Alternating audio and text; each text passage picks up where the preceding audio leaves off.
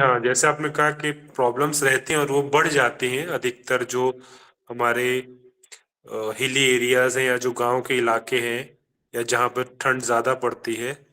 तो प्रिकॉशंस के हिसाब से आप जो भी जॉइंट है, जैसे कोई नी जॉइंट के पेन से अफेक्टेड है, कोई गर्दन के दर्द से है, कोई कमर दर्द से है, तो उस पार्ट की लोकल एक्सरसाइज या रेंज ऑफ मूवमेंट या वहाँ का हलन चलन करने से वो इतने स्टिफ नहीं होंगे जो उसे न करने से होंगे। तो मेरी राय ये रहेगी कि उसका जितना भी मूवमेंट किया जाए, जैसे सुबह उठ के ही हल्का घर में ही चलना, बंद एरिया में रहना, क्लोज स्पेस में, तो उससे वो प्रॉब्लम उतनी प्रोवोकेव नहीं होगी। और अगर प्रॉब्लम किसी को पहले से ही है तो मेडिसिन प्लस उनकी हल्की एक्सरसाइज जो घर पे हो सकती है वो करनी चाहिए किसी भी पेशेंट को।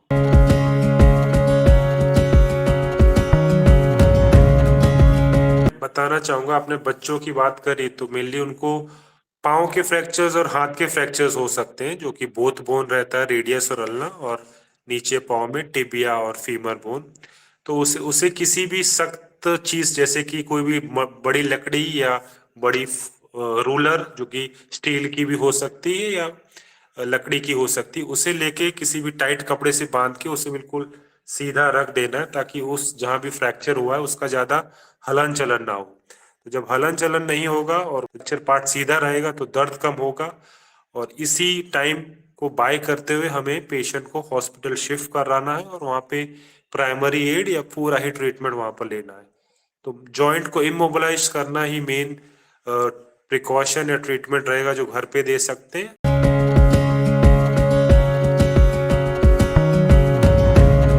Joints pain mainly weight bearing part में होते हैं, जहाँ पे शरीर का ज्यादा वेट आता है, और मेनली वो कमर के नीचे होता है। तो कमर के नीचे सबसे पहले बैक पेन, जो कि कमर का दर्द खुद एक दर्द है, और दूसरा है घुटनों का दर्द, क्योंकि दोनों जगह ही शरीर का पूरा वेट आता है। तो इन दो पार्ट का मेनली ध्यान रखना है। फिर जिन लोगों का वजन ज्यादा रहता है, जिसे बीएमआई कहते हैं कि भाई हाइट के हिसाब से आपका वेट कितना है, तो अगर ऑब्वियसली आपका वेट ज्यादा है तो आपको अपना वेट खुद ही उतना मिनिमम कैरी करना है। अगर आप 70 किलो के हैं तो आपको 70 किलो उठाना है, अगर आप 100 किलो के हैं तो 100 किलो आपको अपना तो उठाना ही मिनिमम। तो पहले तो वेट रिडक्शन कर सकते हैं जिनका भी जॉइंट पेन का इश्यू रहता है। और जैसे आपने पूछा कि किन पेशेंट्स को जाना चाहिए, तो इनिशियली कोई भी एक्टिविटीज या उनको डिस्टर्ब कर रही हैं या डेली एक्टिविटीज वो नहीं कर पा रहे हैं और उनका रूटीन डिस्टर्ब हो रहा है, तो ऑब्वियसली उनको एक डॉक्टर की परामर्श लेनी चाहिए कि भाई उनका दिनचर्या खराब हो रही है और अपने वो रोजमर्रा के काम अगर नहीं कर पा रहे हैं तो उन्हें अवश्य डॉक्टर के पास जाके उसका पूरी रोकथाम या पूरा ट्रीटमेंट लेना चाहिए।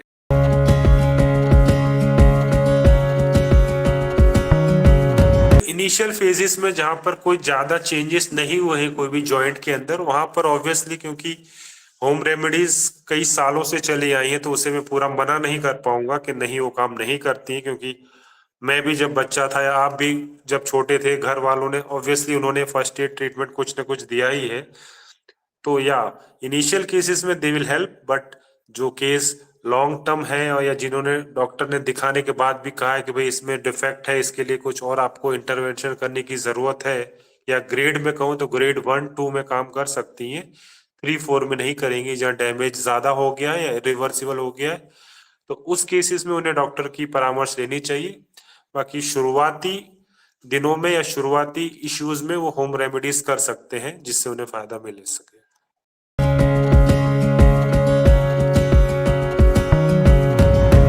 जब हम ऑफिस में काम करते हैं तो एक प्रॉपर सिटिंग एटमॉस्फेयर रहता है, चेयर रहती है, कुर्सी रहती है, कंप्यूटर अपनी लेवल पे रहता है। लेकिन जब हम घर में रहते हैं तो रिलैक्स होके काम करते हैं, किसी भी पोस्चर में लेट जाते हैं, और इसी पोस्चर में हम लगातार अगर लेटे रहते हैं तो वो फिर वो मसल स्टिफ हो जाते हैं।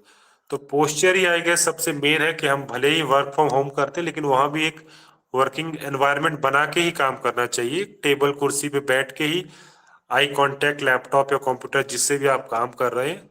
और जब भी आप ब्रेक लें पूरा ब्रेक लें, यानी आप ना तो काम करें ना रेस्ट करें, जो भी करें एक ही टाइम पे करें। लेकिन वर्क फ्रॉम होम में देखा गया है कि लोग आराम से अपने रिलैक्सेबल पोजीशन में या फिर बीम बैग पे बैठ के काम करते हैं, या कुछ ऑड पोस्चर होते हैं या तकिए साइड में लगाए होते हैं, तो उसके हिसाब से फिर वो कुछ दिनों बाद उनको प्रॉब्लम देने लगता है।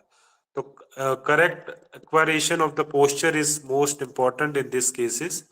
और फिर भी अगर प्रॉब्लम रहती है then they can show to a nearby specialist doctors.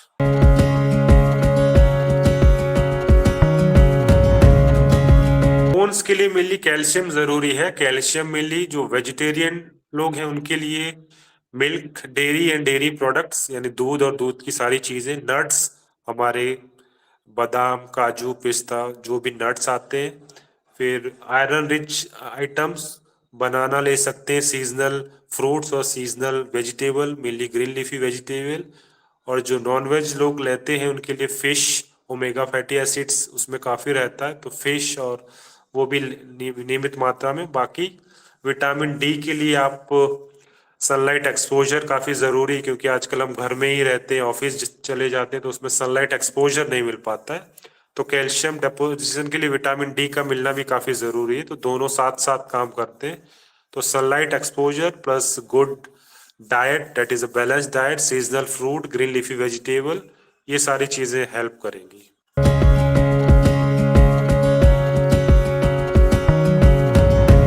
हम लोगों ने इसलिए खाई क्योंकि अगर हमें कुछ भी इश्यू है या पेन है तो उसको रिलीव करने के लिए हमें कुछ ना कुछ मेडिसिन पेन रिलीव के लिए लेनी ही पड़ेगी। और ये सेम लाइक ऐसा चिकनगुनिया फीवर है जो कि जॉइंट में इफेक्ट करता है, या उसी का एक पार्ट आप कह सकते हैं। और पोस्ट कोविड भी नॉर्मल वायरस म्यूटेट होके काफी स्ट्रांग हो गए, तो अब कोल्ड भी हमने देखा था कि पहले 3 से 5 दिनों में चला जाता है, अब वो लोगों को खांसी भी 1-1 महीना रहती है। तो वायरस म्यूटेट हो रहे हैं, प्लस जो ज्यादा एंटीबायोटिक का यूज होता है उससे रेजिस्टेंट भी हो रहे हैं। तो नॉर्मल हमारी जो अमोक्सिसाइक्लिन लेते थे, अमोक्सिवी या एजिथ्रोमाइसिन 500, वो उतना काम नहीं कर रही है। तो जो दवाइयों का ज्यादा यूज हो रहा है, सही से यूज नहीं हो रहा है, वो एक रीजन है जिससे ये प्रोग्रेशन कोई किसी भी बीमारी का बढ़ता जा रहा है। प्लस दवा का मैंने आपको बता ही दिया कि उन्होंने टेम्पररी रिलीफ के लिए ऑब्वियसली लेते, लेकिन as the time passes gradually उनका दर्द धीरे धीरे जोड़ों से कम हो जाता है। रुमेटॉइड आर्थराइटिस में देखा जाता है नॉर्मल वायरल फीवर में पेन रहता है जॉइंट्स में, लेकिन वो धीरे धीरे चला जाता है, उसमें ऐसा कोई सिम्टम्स या कोई डिफॉर्मिटीज नहीं आती, but it will go gradually with the time.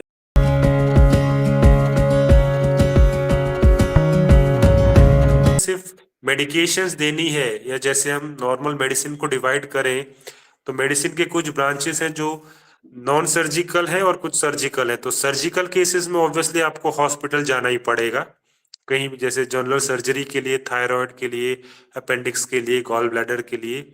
वहीं हड्डियों में अगर हड्डी टूट ही गई है या कुछ ऑर्गन आपको चेंज करवाना ही है, जैसे कि घुटने का ऑपरेशन या कूल्हे का ऑपरेशन या कमर की सर्जरी, उनके अलावा बाकी और सारी समस्याएं जिनमें सिर्फ दवा दे के ही कंट्रोल में लिया जा सकता है, या कोई भी डिजीज जो फर्स्ट और सेकंड स्टेज में है, उन सब का ट्रीटमेंट ऑनलाइन के माध्यम से हो रहा है और पहले से काफी बढ़ रहा है। और कोविड के बाद इसका स्कोप काफी बड़ा है हर फील्ड में, हर देश में, अक्रॉस द ग्लोब।